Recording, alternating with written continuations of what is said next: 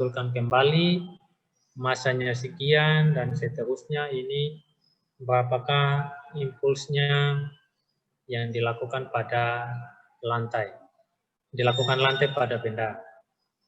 Ini sudah jelas P1, P2, G-nya pakai 10 ya. Sorry, ini M ini ya, M ini bukan G.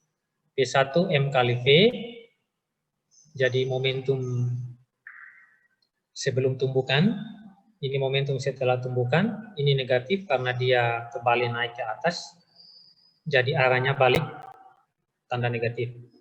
Maka impulsnya adalah, impulskan delta P ya, P2 kurang P1, jadi min 6 kurang min 8, 14. Maka gaya adalah F kan, delta P adalah F kali delta T. Maka F adalah delta P per delta T.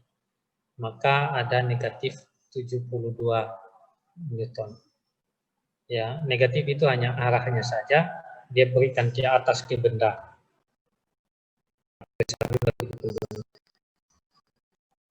Nah, yang berikut kita lihat pusat massa. Pusat massa. Pernah dengar ini pusat massa? Pusat massa itu sederhananya pusat kesetimbangan. Saya tidak tahu kalau manusia itu apakah benar pusat massanya ada di pusat, saya tidak tahu. Atau apakah memang pusatnya manusia itu adalah yang menjadi pusat massa dari seorang manusia, saya belum tahu. Mungkin iya. Jadi istilahnya pusat massa itu, kalau ini benda, saya taruh di mana, waktu saya taruh di tengah ini, di mana dia seimbang, berarti itu pusat massanya gitu ya. Jadi waktu benda ini kiri kanannya setimbang, oh pusat massanya di sini gitu. Itu pusat massa. Pusat massa itu di mana semua massa itu terkonsentrasi pada satu titik. Kira-kira begitu. Ada bayangan tidak? Ada, Pak. Jadi kalau ada benda ini saya mau setimbangkan, saya cari pusat setimbangnya. Nah, sederhananya di situ sebenarnya pusat massanya. Jadi massa terkonsentrasi di situ. Jadi kalau begini, oh berarti di sini nih pusat massanya. Nah, makanya tadi saya bilang manusia itu apakah di pusatnya itu adalah pusat massa, saya tidak tahu, karena kita timbang manusia itu tidak pernah timbang dari pusatnya kan, untuk melihat keseimbangan ke arah kepala dan ke arah kaki kan, belum pernah. Tapi mungkin iya, makanya disebut pusat.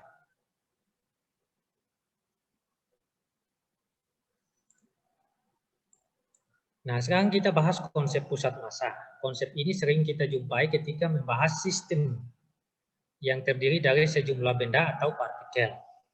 Apabila semua benda yang menyusun sistem bisa dioreksi menjadi satu titik atau menjadi titik massa, di mana massa titik-titik sama dengan jumlah massa benda penyusun, maka titik massa tersebut harus diletakkan di koordinat pusat massa agar gerakannya memenuhi hukum Newton seperti sistem benda awal.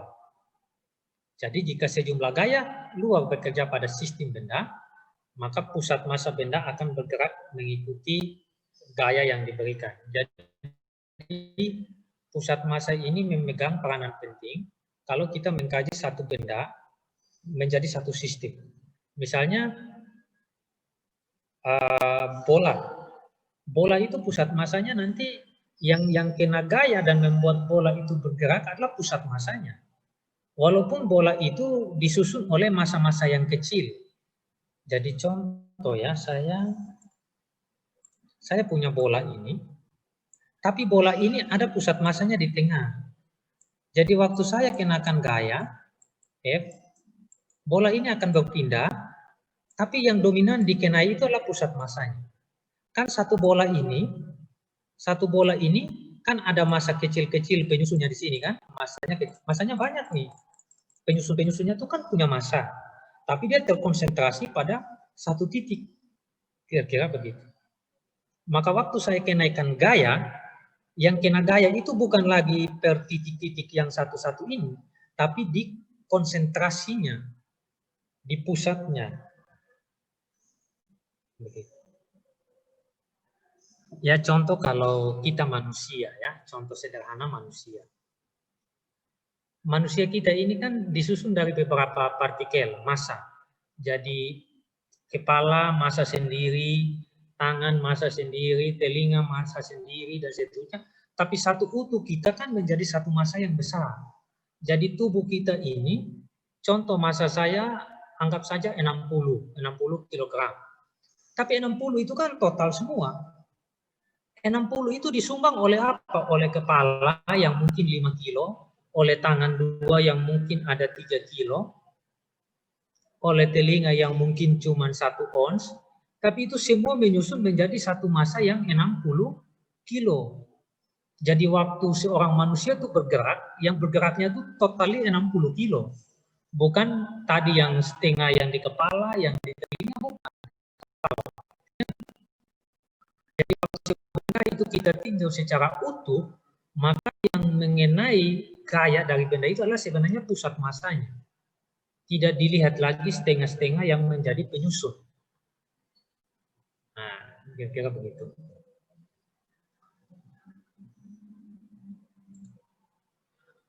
Contoh kita lihat pusat massa benda diskrit yang terbatas. Dalam membahas gerakan sejumlah benda, kadang kita tertolong jika menggunakan konsep pusat massa. Misalnya kita memiliki beberapa partikel dengan massa M1, M2, Mn. Partikel-partikel tersebut berada pada posisi R1, R2, Rn. Jadi contoh ini. Jadi ini M2, R2 dari pusatnya, R1 dari pusat, Rn dari pusat. Gitu ya. Maka pusat massa sistem ketiga partikel tersebut, jadi maksudnya kalau tiga ini kita susun, dia setimbangnya di mana? Maka dia setimbangnya di pusat massanya. Gitu ya. Jadi RPM, ini R adalah posisi, PM itu pusat massa. Maka untuk posisi pusat massa dari ketiga benda ini, konsentrasi massa dari ketiga benda ini, kita gunakan persamaan ini. M1 kali R1, M2, R2, dan seterusnya dibagi dengan M1 tambah M2 tambah M1. Jadi kalau ada 5 berarti M1 R1, M2 R2, M3 R3, M4 R4, M5 R5. Dibagi dengan M1 tambah M2 tambah M3 tambah M4 tambah M5. Nah, apa sebenarnya pusat massa? Apabila semua benda yang menyusun sistem bisa direduksi menjadi titik massa, di mana massa titik sama dengan jumlah massa benda penyusun, maka titik massa tersebut harus diletakkan di koordinat pusat massa agar gerakannya menurun. Tadi sudah dibahas sebelumnya. Contoh, ini contoh.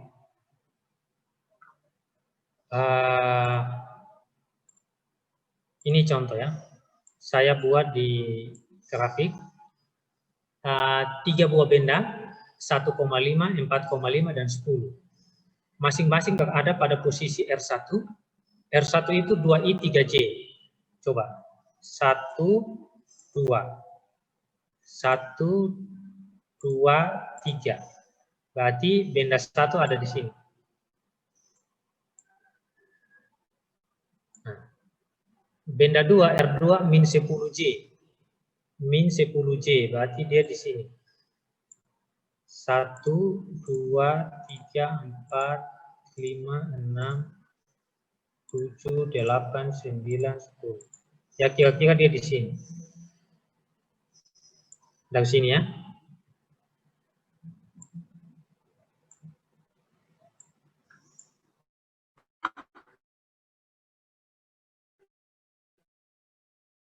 R3 min 4 itu 1, 2, 3, 4, 5. 1, dari sini.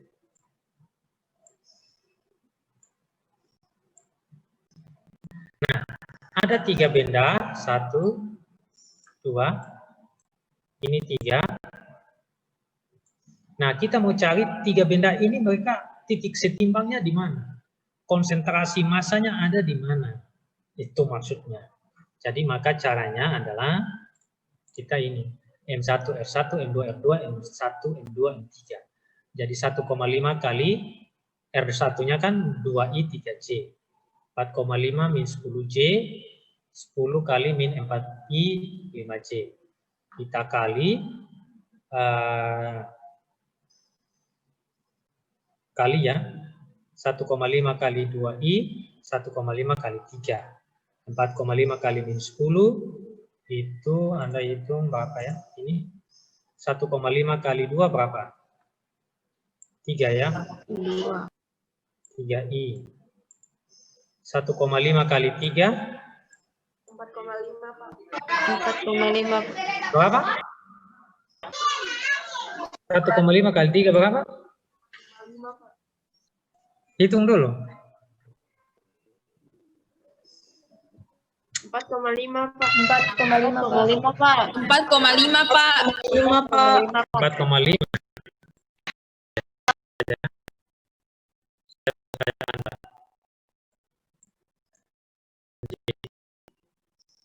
4,5 kali min 10 berarti 45 ya toh Ya Pak. Iya Pak. berarti ini min Ya, min 45. 45J Iya, min 45. 10 kali min 4 min 40 40 Pak. min 40I 10 kali 5 50 50 J Pak.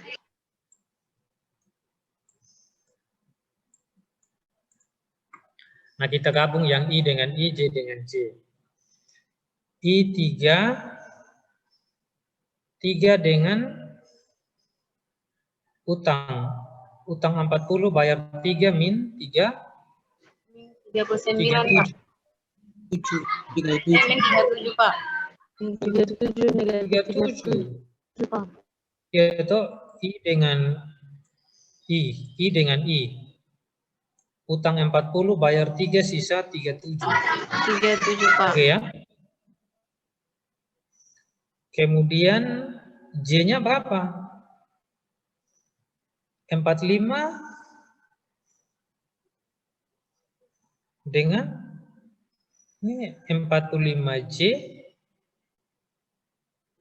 4,5 ini ya Pak 4,5 itu. nah 45 dengan 50 sisa 5 kan Iya Pak. sisa 5 4,5 9,5 9,5 J Pak. pas 1,5 4,5 ini 6 ini 10 16 jadi tinggal bagi 37 bagi 16 2,3 9,5 bagi 16 0,6 berarti kalau kita gambar titik pusatnya ada di min 2,3 jadi kalau 1 2 kira-kira di sini 0,6 oh berarti dia di sini titik pusatnya di sini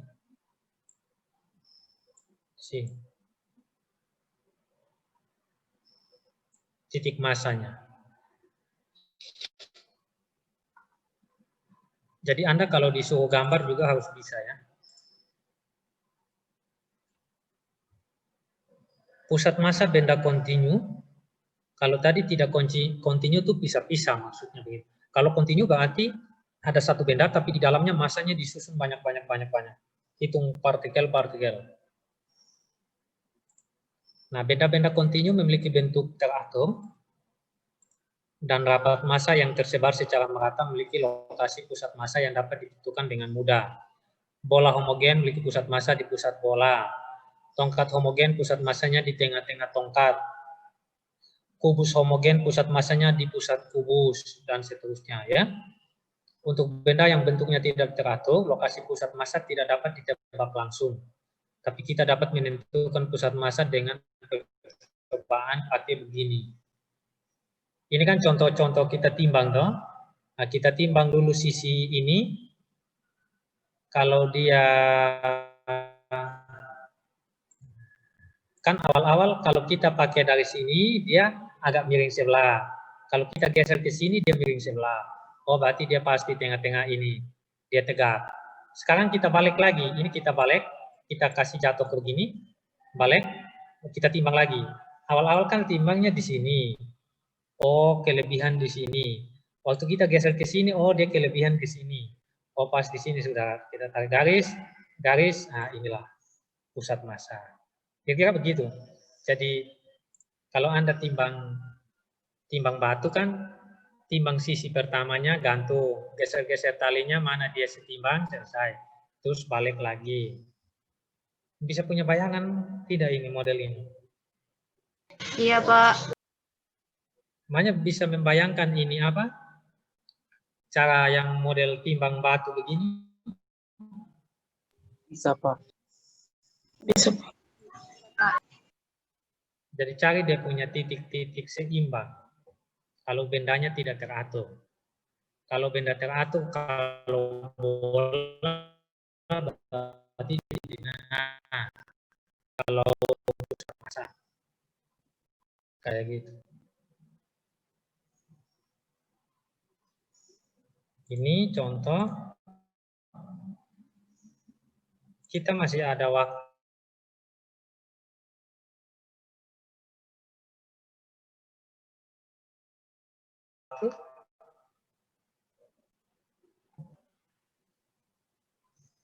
Kita masih punya waktu 15 menit ya. Betul ya? 12.40 kita selesai. Oke, kita lanjut.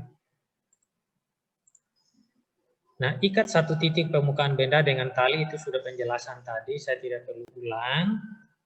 Kemudian pusat massa sistem benda yang besar ya. Jika kita memiliki sejumlah benda besar, bagaimana menentukan pusat massa sistem? Nah, kita tetap bisa menggunakan persamaan di sebelah tadi. Ya. Contohnya pada gambar ini, kita memiliki roda dan bola. Bagaimana menentukan pusat massa dari dua benda ini? Nah, lokasi pusat masing-masing benda kita ketahui, ini pusatnya di sini. Bola juga di sini. Jadi, setelah kita gambarkan koordinatnya, lokasi pusat masing-masing berarti X1, Y1, Z1. Ini X2, Y2, Z2 ya, ini Z2. Nah, jika massa roda M1 dan massa bola M2, maka lokasi pusat massanya kita bisa gunakan ini. RPM, M1, R1, M2, R2, M1 tambah M2. Nah, bagaimana kalau pusat massa benda mengandung lubang? Jadi bolanya tidak homogen. Nah, kita tentukan dengan rumus yang sama, hanya kan kita hitung totalnya, terus lubangnya sendiri, baru nanti total kurang lubang, itulah ini. Gitu ya, makanya di sini pakai min. Jadi tadi total semua ini, termasuk lubangnya kita gabung semua, terus nanti hitung lubang sendiri, maka yang hitam sendiri ini adalah total dikurangi lubang. Kan gitu. Nah, itu sederhana untuk contoh ini.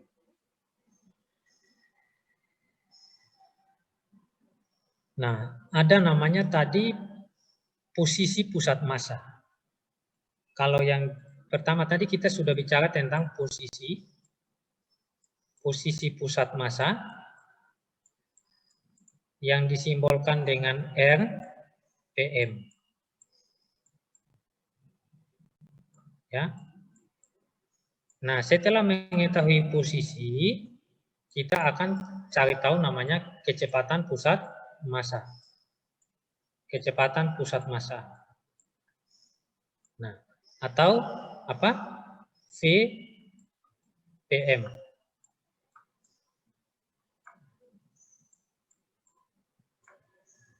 Nah, berarti kita bisa turunkan dari RPM. Jadi setelah mendefinisikan pusat massa, kita definisikan kecepatan pusat massa. Caranya kita bagi dengan T, kan posisi dibagi waktu adalah kecepatan. Maka kenapa di sini kita harus bagi dengan delta T ya, karena untuk mendapatkan kecepatan posisi kita bagi dengan waktu. Nah, maka RPM dibagi T kan nanti jadi kecepatan. Semua, karena ini bagi dengan T, maka semuanya bagi dengan T. Harus sama. Sehingga RPM per delta T adalah kecepatan, VPM. Kecepatan pusat massa. Maka ini kita M1 delta R per delta T, jadi ini semua kita bagi delta T, delta T, delta T kan. Berarti delta R1 delta T kan V1. Delta R2 delta T V2. Delta Rn delta T Vn. Jadi kita dapat kecepatan pusat massa M1 V1, M2 V2, Mn Vn, M1 M2 M3 dan seterusnya. Jadi ini cuma bagi dengan T. Nah, dari sini kalau Anda lihat, kita lihat M kali V itu kan sama dengan momentum. Gitu? Momentum. Maka kita bisa ringkas ini juga jadi P1. Nah, itulah yang dilakukan di sini. Ini adalah P1, P2, Pn momentum, penjumlahan momentum dibagi. Jadi ini untuk kecepatan pusat massa. Kemudian yang terakhir adalah percepatan pusat massa. Ya, sama, tinggal kita bagi dengan T. Posisi dibagi waktu, kecepatan. Kecepatan dibagi waktu, percepatan. Nah, maka ini dibagi dengan delta T. Ini dapat A-nya, Ini juga bagi dengan T, dapat A1, ini A2, ini AN. Nah, di hukum 2 Newton, M kali A kan adalah F, gaya tuh. M Iya, kali Pak. A kan gaya. Maka diubahlah di sini bentuk lain adalah APM adalah F1. Ini kita ubah jadi F. Artinya F1, F2, Fn. Ya simpel saja. Gitu. Oke ya, sampai di sini ada pertanyaan, silakan bertanya.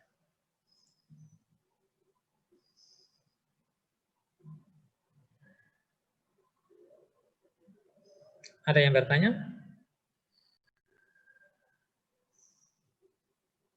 Oke, kita lihat ini slide terakhir mungkin ya. Hubungan gerak pusat massa dan hukum kegagalan momentum. Ya, ini adalah P1 momentum sebelum tumbukan, ini setelah tumbukan. Nah, kita bagi kedua dengan M1, M2. Ini tadi P1, P2 kita bagi semua dengan M. Nah, maka kita dapatkan ini sehingga ruas kanan kita ganti dengan M1, M2, kita beroleh model ini. Jadi hubungan pusat massa dengan kegagalan momentum itu jadi pusat massa sebelum tumbukan dengan pusat massa setelah tumbukan. Sederhana saja. Jadi akhirnya kita bisa dapat ini ya, bahwa bentuknya adalah bahwa sama dengan kecepatan pusat massa sebelum tumbukan sama dengan kecepatan pusat massa setelah tumbukan. Itu ya. Nah, ini adalah tugas Anda. Ada tugas. Nanti saya bagi materinya, Anda lihat di sini. Anda kerja, kumpul di hari Senin. Kumpulnya di hari Senin.